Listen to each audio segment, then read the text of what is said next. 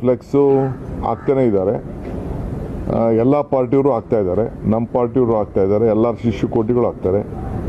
ಯಾರ್ಯಾರ ಹೆಸರು ಅಲ್ಲಿ ಕೆಳಗಡೆ ಇರ್ತದೆ ಅವ್ರಿಗೆ 50ರಿಂದ 1 ಲಕ್ಷ ರೂಪಾಯಿವರೆಗೂ ಒಂದೊಂದು ಫ್ಲೆಕ್ಸ್ಗೆ ಫೈನ್ ಹಾಕಬೇಕು ಅಂತ ನಾವು ಹೇಳಿದ್ದೇವೆ.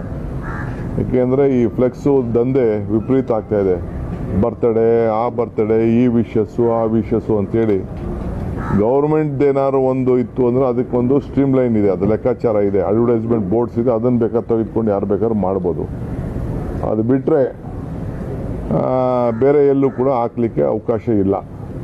ಸೊ ಫ್ಲೆಕ್ಸ್ಗೆ ನಾನು ಇವತ್ತೇ ಮತ್ತೆ ನಾನು ಜಾಗೃತಿಯನ್ನು ಎಲ್ಲರಿಗೂ ಹೇಳ್ತಾ ಇದ್ದೀನಿ, ಎಲ್ಲ ಕಾರ್ಯಕರ್ತರು, ಎಲ್ಲ ಪಕ್ಷದವ್ರಿಗೂ ಹೇಳ್ತಾ ಇದ್ದೀನಿ. ನೀವು ಹಾಕಿ ಅನುಭವಿಸಿ ನೋಡಿ ಗೊತ್ತಾಗ್ತದೆ. ನಾವು ಪೊಲೀಸವ್ರಿಗೂ ಹೇಳಿದ್ದೀವಿ, ಪೊಲೀಸ್ಗೂ ರೆಸ್ಪಾನ್ಸಿಬಿಲಿಟಿ ಕೊಟ್ಟಿದ್ದೀವಿ, ನಮ್ಮ ಕಾರ್ಪೊರೇಷನ್ಗೂ ರೆಸ್ಪಾನ್ಸಿಬಿಲಿಟಿ ಕಾನೂನು ಪ್ರಕಾರ ತೆಗೆದುಕೊಂಡು ಬೆಂಗಳೂರು ಬ್ಯೂಟಿನ ಫ್ಲೆಕ್ಸ್ ಕಟ್ಟೋದ್ರಿಂದ ಹಾಳು ಮಾಡ್ತಾ ಇದ್ದೀರಿ ಅಂತೇಳಿ ಅವ್ರ ಮೇಲೆ ಕೇಸ್ ತೆಗೆದುಕೊಳ್ಳುವಂಥ ಕೆಲಸಕ್ಕೆ ಮಾಡ್ತೀವಿ. ಫ್ಲೆಕ್ಸು ಆಗ್ತಾನೇ ಇದ್ದಾರೆ.